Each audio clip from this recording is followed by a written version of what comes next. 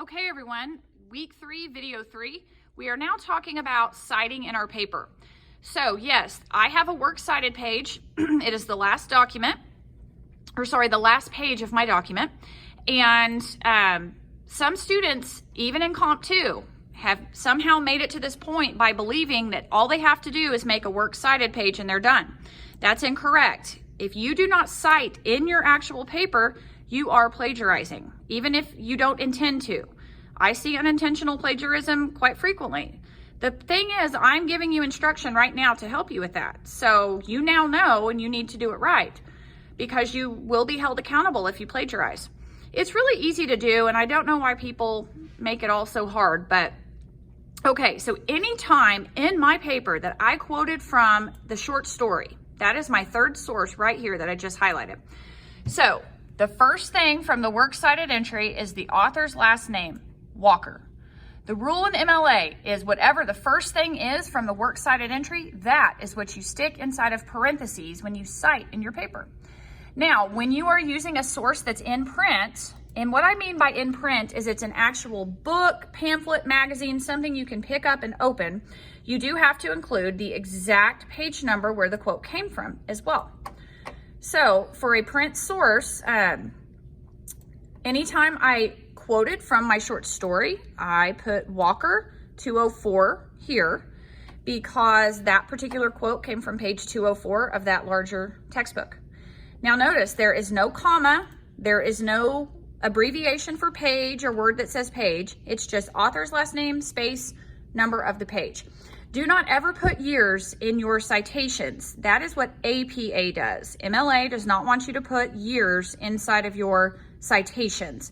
Let's also really quick talk about the difference between a citation and a works cited entry. This right here is a citation. I am in the act of citing from it in my paper. This is a common error even on scholarly resources, and I hear even teachers get this wrong. These are not called citations. These right here.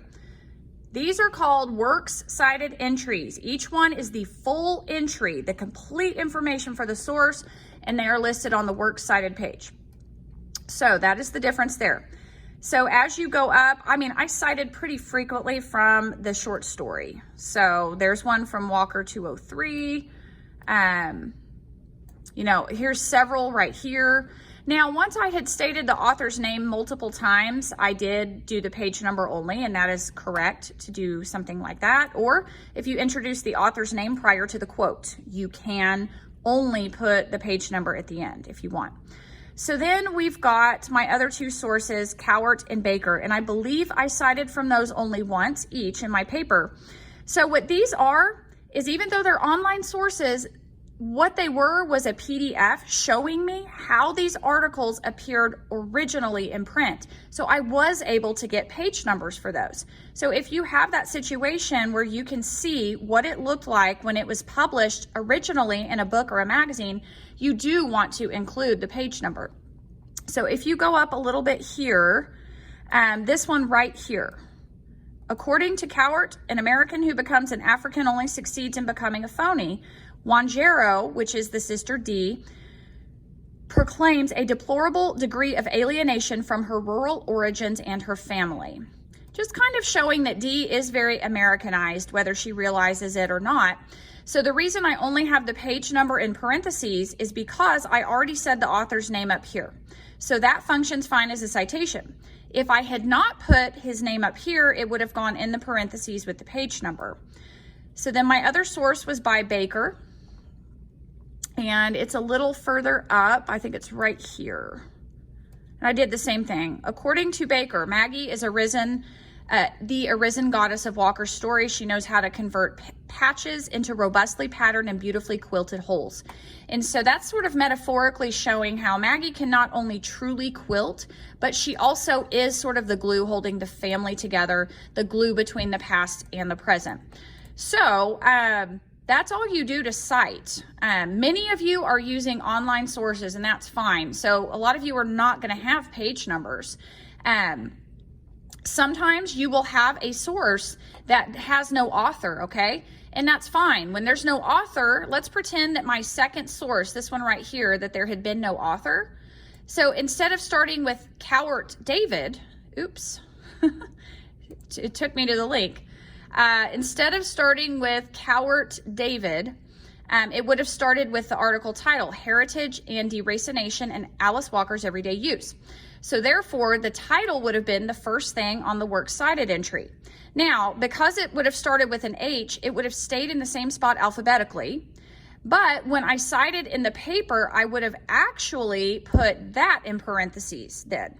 So just remember, it's the first thing. So this one starts with Baker, Baker goes in parentheses. This one starts with Cowart, Cowart goes in parentheses. This one starts with Walker, Walker goes in parentheses. Because I did have page numbers for all three, they all three get a page number. So again, no page number if you don't have page numbers. No author if you don't have an author. It's just whatever is the first thing on your works cited entry. That is how you cite. So by doing that, it helps my reader understand. So remember, the person reading your paper, they didn't look at your sources, you did. So they need this information right here to know where this quote came from. So when they see Walker 198, they're like, okay. They scroll to the end and they're like, oh, it came from this source right here on page 198.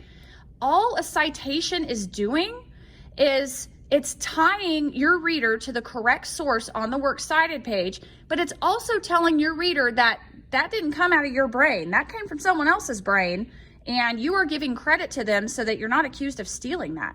That's what plagiarism is. It is a theft of someone else's intellectual property.